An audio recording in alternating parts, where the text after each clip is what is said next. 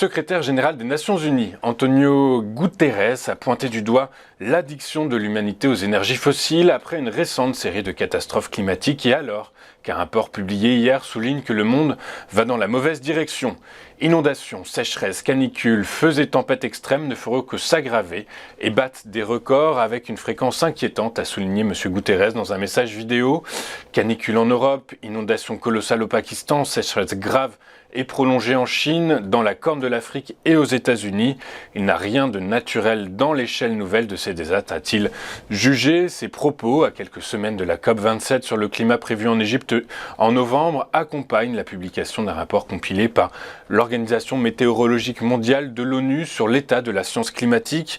Le document montre sans surprise que le monde va dans la mauvaise direction face au changement climatique et ses conséquences catastrophiques. Les concentrations de gaz à effet de serre continuent ainsi d'augmenter avec de nouveaux records et les émissions liées aux énergies fossiles se trouvent désormais au-dessus des niveaux pré-pandémie de Covid-19.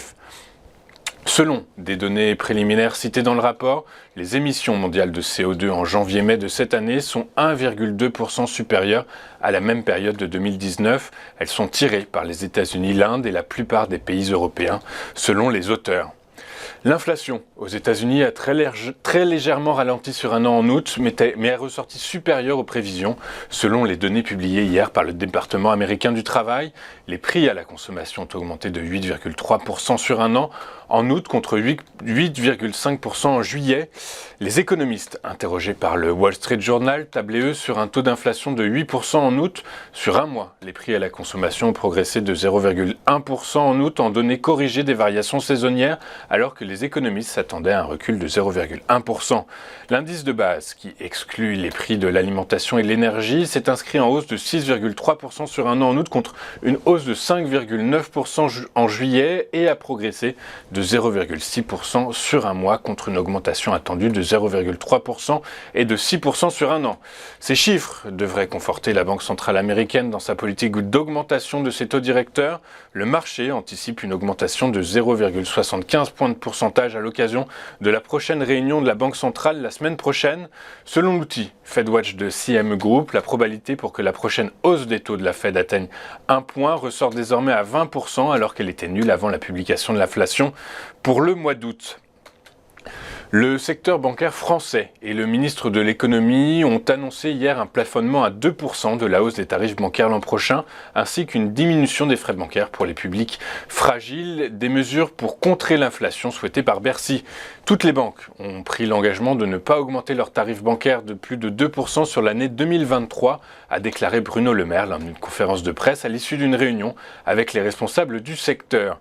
Il y a eu un bouclier énergétique, nous mettons en place un bouclier sur les frais bancaires, a-t-il ajouté.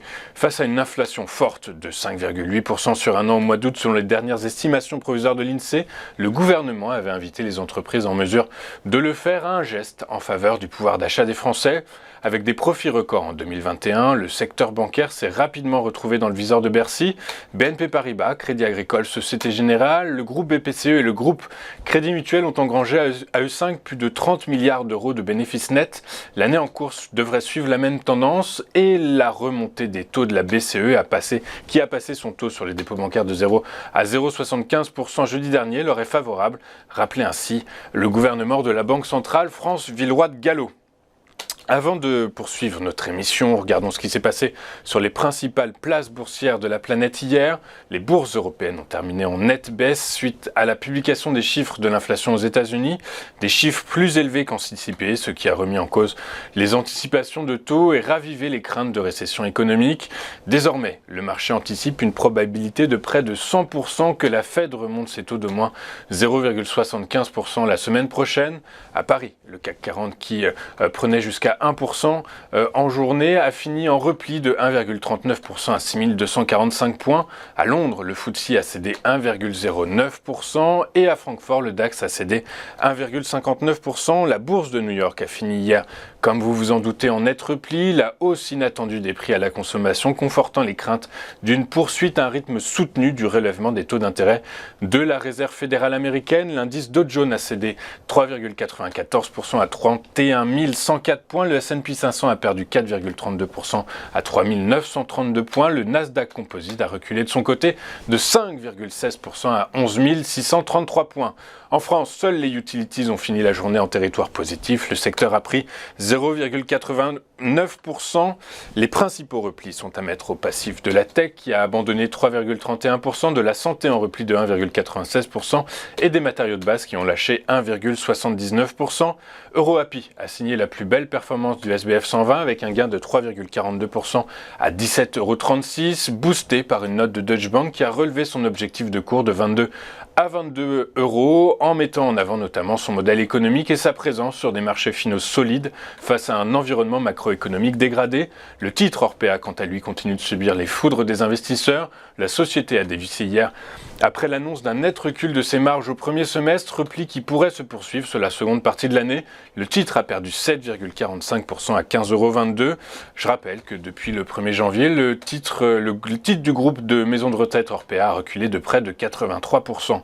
Sur le marché des changes, le dollar a profité pleinement des chiffres de l'inflation américaine. L'euro a ainsi reculé de 1,47% et a abandonné la parité absolue récupérée en fin de semaine dernière. Il vaut désormais 0,9970 $. Le pétrole baissait aussi, la hausse plus soutenue des taux des banques centrales faisant peser un risque sur la croissance et la demande de pétrole.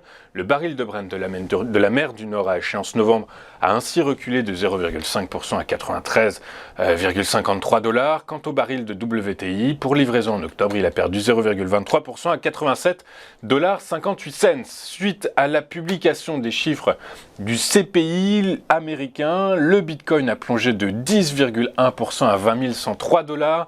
L'Ethereum a lui dégringolé de seulement 7,18% à 1591 $ l'unité. Nous allons marquer une toute première pause et juste après, comme convenu, nous retrouverons en duplex Eric Seban qui commentera pour nous les premiers échanges à la Bourse de Francfort. A tout de suite sur Téléfinance.